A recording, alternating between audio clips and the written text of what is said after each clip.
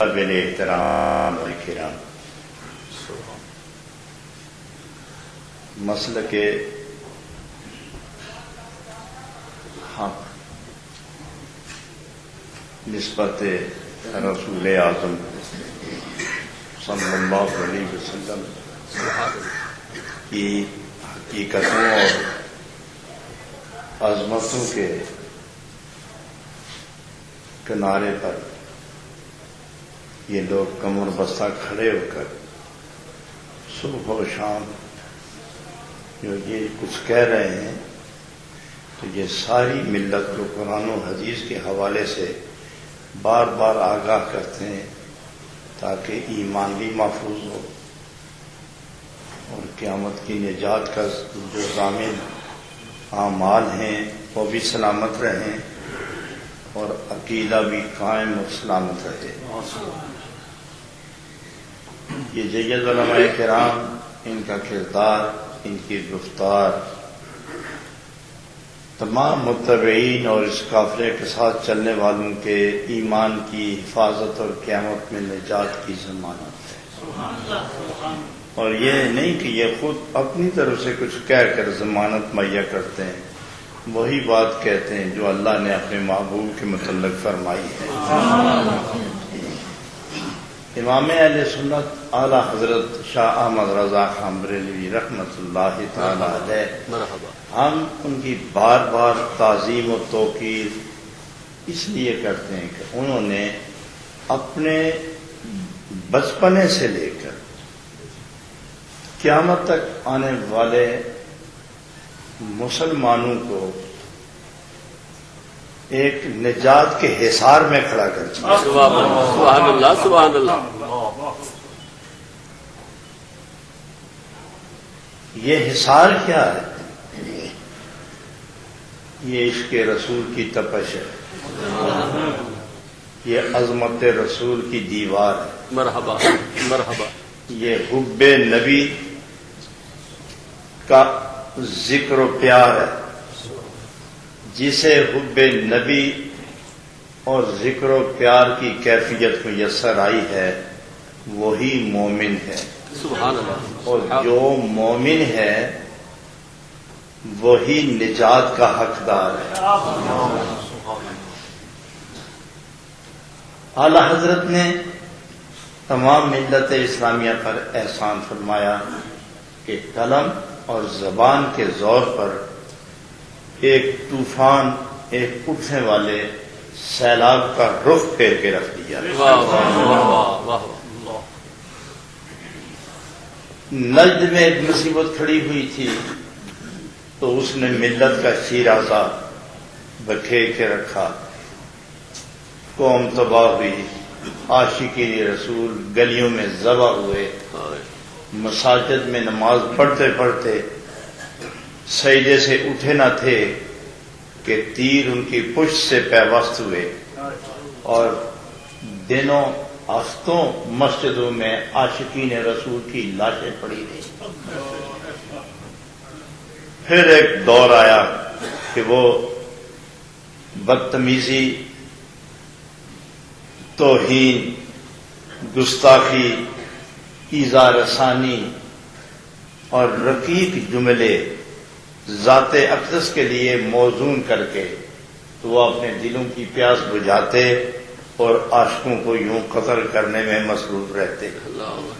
پھر ایک وقت آیا کہ وہ تباہی کے گھاٹ چڑھے، عاشقین رسول اٹھے، پھر تلواریں بے نیام ہوئیں، تو مسلمانوں نے، مردوں عورتوں نے ان گستاخوں کی شاہ کاٹ کر ان کی زندگی کے پھیلتے ہوئے سیلاب بدتمیزی کو ریت کے اندر جس طرح پانی جذب ہوتا ہے اس طرح انہوں نے فلاح کی وادی میں گمنام کر کے رکھ دیا۔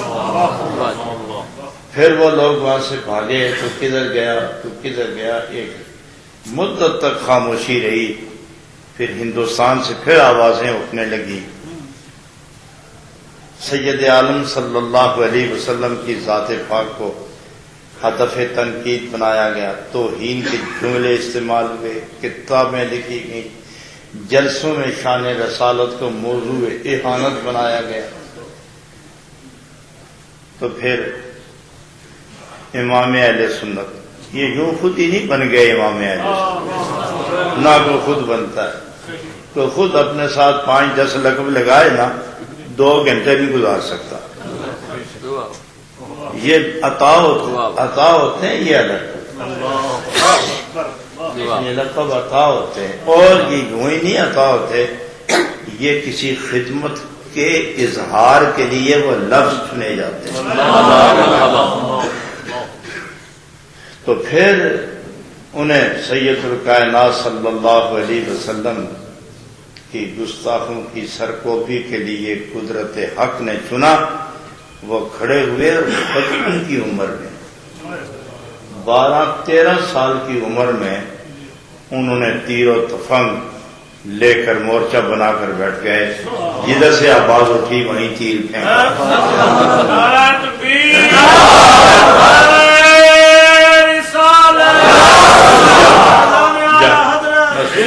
جہاں بھی کوئی زبان کھلی انہوں نے قلم سے کاٹ کے رکھ دی، کوئی قدم اٹھا تو گمنام کر دیا، کوئی قدم اٹھا تو بے مرام کر دیا، اور کسی کی آنکھیں ادھر گستاخی سے اٹھی تو ان میں عشق کی چنگاریاں ڈال کر اندھا کر دیا، اور زبان کھلی تو کاٹ دی۔ حضرات یہ کیوں؟ آج تک ذکر نبی کا وہ زمزمہ پھوٹ رہا ہے۔ لوگ سمجھتے ہیں کہ یہ اہانت کرتے ہیں، انتشار کرتے ہیں، یہ جھگڑے کرتے ہیں، قوم کے ٹکڑے کرتے ہیں۔ جو لوگ یہ لفظ استعمال کرتے ہیں، میں ان سے انہی سے پوچھتا ہوں کہ جو قوم اب نبی کا کلمہ پڑھ کر نبی کو گستاخی اور اہانت سے یاد کرے، اس نبی کی ذات پر بار بار حملے کرے، تو تمہاری غیرت کچھ نہ کہے، اور ان کو کوئی روکے تو کہتے ہو کہ قوم کے ٹکڑے ہو رہے ہیں۔ اور پھر ایک بات میں عرض کروں، ہے کوئی آپ میں ایسا یا اس پوری دنیا میں جو اپنے باپ کی توہین سن کر مسکرائے؟ اور کوئی آپ کی اور کسی غیر آدمی کے باپ کو اور اس کی ماں کو توہین اور تانا زدی اور دشنام ترازی کرے، اور طرح طرح کے بےہودہ نامناسب نازیبا الفاظ جذباں کرے، تو وہ کیا بیٹا کہلا سکتا ہے کہ توہین سن کر مسکرائے کہ کیا خوب جملے کستے ہو تم؟ بیٹا تو نہ ہوا نا، اور اسے کون حلالی کہے گا؟ اور اگر اپنے ماں باپ کی توہین سن کر کوئی آدمی چپ نہیں ہو سکتا، تو کروڑوں ماں باپ اس ذات پر قربان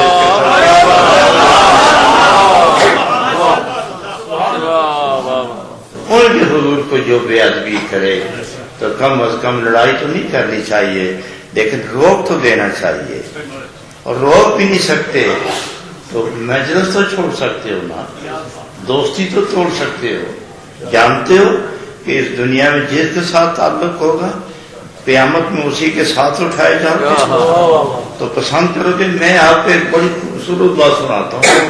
اس علاقے کے میرے پیارے پیارے دوست یہاں بیٹھے ہوئے ہیں، ایک آدمی نے اعلان کیا کہ امام حسین جھوٹے ہیں اور یزید سچا ہے۔ مجرم ہے امام حسین اور یزید رضی اللہ عنہ کا مستحق ہے۔ یہ جملہ اس کے لیے موزون کیا گیا، مذاکرے شروع ہو گئے، لڑائیاں ہوئیں، پولیس انوالو ہوئی، اور کیا میں یہ پتہ ہی نہیں تھا، میں بھی اس علاقے میں چلا گیا۔ تو وہ ویسے ہی وہ ایک شیعہ پیٹ رہے تھے نا، تو ایک سنی گیا دیکھنے کے لیے، امام باڑی بڑھ گیا اندر، تو انہوں نے اسے پکڑ کے کھینچ لیا، پیٹر شروع کر آستے آستے پھر انہوں نے کہا ماریں گے تجھے بھی، اس نے جب ڈرایا اس کو تو وہ بھی کہ یا حسین یا عباس ایویں آیا تے گیا عباس یا حسین یا عباس ایویں آیا تے گیا عباس. تو میں ویسے ہی وہ تبلیغ کے شوق سے ادھر گیا, میں پھنس گیا. اچھا ایک گھر بڑا باوقار گھر یہی کا علاقہ میں دوست بیٹھے ہوئے ہیں, انہوں نے دعوت کی, میں بڑے شام شوق علامہ نظامی صاحب حیران ہو گیا. تو اس صاحب خانہ نے بڑی بڑی دیگیں پکائی, حلوے کی خوبصورت, اس نے انڈے پراٹھے دیا. تو میں نے دیکھا یہ کبھی اس طرح ہوا نہیں, تو یہ خیر کا حلوہ نہیں.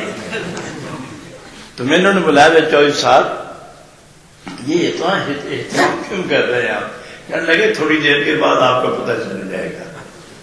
اتنے میں وہ 20-25 آدمی لے کر لاٹھی بردار جلوس لے کر وہ مجلس میں آ گئے. اور آتے ہی گٹھری بے نقاب کی کھول کے کپڑا کتابیں میرے سامنے رکھی, یہ کتابیں پڑھو اور مجھے جواب دو. میرا دعویٰ ہے کہ یزید سچا ہے, امام حسین غلطی کرتے. میں ایک کتاب اٹھائی, دوسری, تیسری, چوتھی, میں نے کہا مناظر میں ملتا کیا ہے؟ تو میں نے کہا, وہ کہنے لگا کہ کچھ بولو بھی نا. میں نے کہا وقت آئے گا تو بولوں گا نا, پہلے کیا بولوں میں.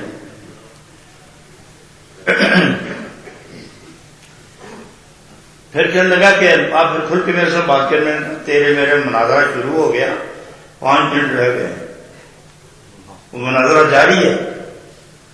لوگ ہنسنے لگے, وہ بھی آپ ہنس پڑا.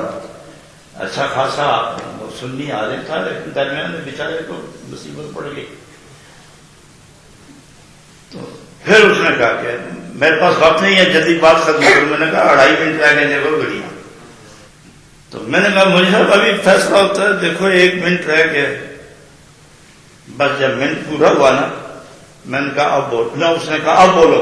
میں نے کہا اچھا آپ یزید کے حق پر ہیں؟ کہا ہاں. میں نے کہا میں امام حسین کے حق پر ہوں, فیصلہ ہو گیا, دعا کرتے ہیں اللہ قیامت میں تجھے یزید کے ساتھ رکھے اور مجھے امام حسین. مناظرہ ہو گیا. واہ واہ واہ واہ. واللہ ہے آپ پہلے ایمان بیٹھے ہو, خانہ خدا ہے, وہ پکڑ کے کتابیں پھاڑنے لگا, کہتے میں لعنت پیتا ہوں یزید پر, میں بھی امام حسین کے ساتھ, میں لعنت پیتا ہوں یزید پر, میں بھی امام حسین کے غلاموں میں ہوں. پھینک دو کتابیں سے. نہیں اس میں کچھ لکھا ہوا ہے, مت پھینکو. لیکن اس نے بہت کتابیں پڑھی بھی. حضرت اعلی حضرت امام اہل سنت نے موقع فراہم کر کے فرمایا, لوگوں یہاں فیصلہ نہیں ہوتا, فیصلہ قیامت میں ہوگا. تو جس کے ساتھ چلو گے اسی کے ساتھ انجام ہوگا. تو گستاخان رسول سے تعلق توڑو. وہ درمیان میں علم کی کتاب, علم اور صداقت, محبت, عظمت رسول اور عشق نبی کی لاٹھی دے کر کھڑے ہو گئے. سنیوں کو ایک طرف کر دیا, گستاخوں کو ایک طرف. فرمایا ان کے ساتھ نہیں ہوں گے, ہم ان کے ساتھ ہوں گے جن کو دیکھ کر کملی والا آقا یاد آ جائے, جن کو دیکھ کر گناہ سے نفرت ہو جائے, جن کو دیکھ کر سچائی کا لباس جسم پر وارد ہو جائے. ہم ان کے ساتھ نہیں ہوتے جن کے ساتھ چلتے ہوئے سفید دل سیاہ ہو جائے اور نورانی چہرہ سیاہ, برباد, مکروہ, بالکل کری منظر ہو جائے وہ انسان. ہم اس کے ساتھ, ہم تو اس کے ساتھ ہوں گے کہ جس کے چہرے پر اگر رنگت سیاہی والی ہے تو اس سیاہی والی رنگت میں بھی جنت کی خوشبو آ رہی ہے. یہ کون ہے؟ یہ وہی ہیں کہ جن کے بال بال, خاد و خال, حال چال کال میں جناب نبی اکرم کی محبت, عشق رسول, ادب اور عظمت کے جلوے پھوٹتے نظر آ رہے ہیں. حضرات گرامی, اسی بنا پر سید الکائنات کی بارگاہ سے اس شخصیت کو اسی مسجد رمضان شریف کے موقع پر میں نے قاری علی مصعب کو یہ جو نعت ابھی ہمارے ایک خوبصورت طارق صاحب نے پڑھی نا, یہ قاری صاحب سے میں اکثر سنتا رہتا ہوں، انہوں نے پڑھی تو مجھے خیال آیا کہ کتنا نیک انسان اور کتنا بلند و بالا اور پاک انسان نبی پاک کی بارگاہ میں کس طرح خالی ہاتھ گداگروں کی طرح خیر مانگتا ہوا کھڑا نظر آتا ہے۔ یہ کیا سچائی کا آشنا انسان ہے۔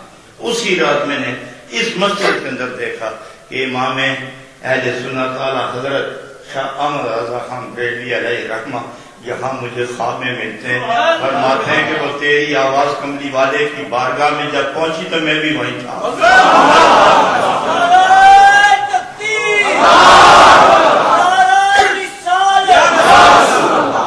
میں بھی وہیں تھا۔ اور یہی کہ اب لے خبر کس طرح للہ لے خبر یہ جو تم نے پڑھایا نا، تو یہ نبی پاک کی بارگاہ میں جب یہ آواز پہنچی تو میں وہیں سن رہا تھا۔ تو میں تمہیں بشارت دینے آیا ہوں کہ اس نبی پاک کے غلاموں کو دو جہان میں کوئی خطرہ نہیں۔ آج میں فرط عقیدت سے یہ خواب سنا رہا ہوں۔ مرحبا۔ اس دن سے میرے دل اور دماغ میں امام اہل سنت اعلی حضرت کی عظمتوں میں میرے دل میں اور بھی اضافہ اور یقین میں اور بھی اجالے پھیل گئے۔ رات گرامی، ہم ان کے حضور محبت کا نذرانہ پیش کرنے چاہتے ہیں، اور آج بھی ساری محفل کا سہرا ہمارے قاری صاحب قاری علی محمد صاحب کے ساتھ، پھر ہمارے علماء کرام جو میری دائیں جانب اور میری بائیں جانب آسمان کی ستاروں کی طرح چمکتے ہوئے جلوہ فرما ہیں، اور آپ سارے حضرات محبت کی نشانیاں اور عظمت رسول کے تابندہ درخشندہ ستاروں کی طرح مجھے محبوب لگتے ہیں آپ لوگ۔ آج آپ نہ میرے لیے آئے ہیں نہ میں آپ کے لیے بیٹھا ہوں۔ میں بہت باتیں سنا تھا، لیکن مسلسل کے راتیں جاگ کے وقت گزار کے آیا، اور یہ پچھلی رات بھی جاگتے ہی گزری، سفر میں بھی یہی حالت رہی، اور اس وقت مجھے یہ نہیں معلوم کہ میں کہنا کیا چاہتا ہوں، کیا کہہ رہا ہوں، لیکن اتنا دور کہہ رہا ہوں کہ یہ محفل نہ آپ کی ہے نہ میری، یہ اس کی محفل ہے جو کل قیامت میں ہمیں نجات دلائے گی۔ لہذا جو ان کا ہے ہم غلام ہیں۔ عقیدے پر کبھی سودا نہ کرنا، کپڑا نیا لو، مکان نیا لو، زمین نئی خریدو، پلاٹ لو، اور پلاٹ کے دو ترجمے، ایک اور زمین کا ٹکڑا ہوتا ہے، ایک سازش ہوتی ہے، اس کو بھی پلاٹ کہتے ہیں۔ نیا پلاٹ لو، مگر سب چیزیں نئی لو، کپڑے، ٹوپی، قلم نیا، جوتے نئے، گاڑی نئی، ملازمتیں نئی، لیکن جن ماں باپ کے لیے یہاں آئے ہو ان کو نہ بدلنا، اور نبی پاک کی بارگاہ سے ملا ہوا جو عقیدہ ہے اس کو نہ بدلنا۔ عقیدہ پرانا رکھنا، باقی سب کچھ نیا کر دو، کیونکہ نبی خود نہیں بدلے، اور وہ نبی بدلتا نہیں، وہ بدلانے کے لیے آیا کرتے ہیں۔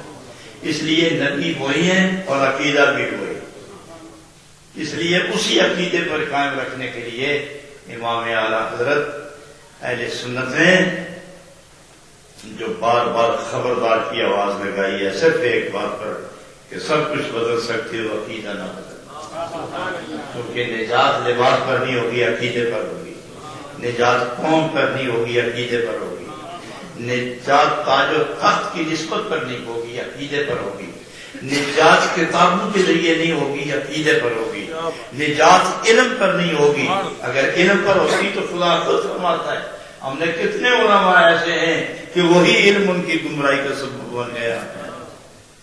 وہ قرآن پاک کی آیت کس طرح ہے؟ أَرَأَيْتَ مَنِ اتَّخَذَ إِلَٰهَهُ هَوَاهُ وَأَضَلَّهُ اللَّهُ عَلَىٰ عِلْمٍ۔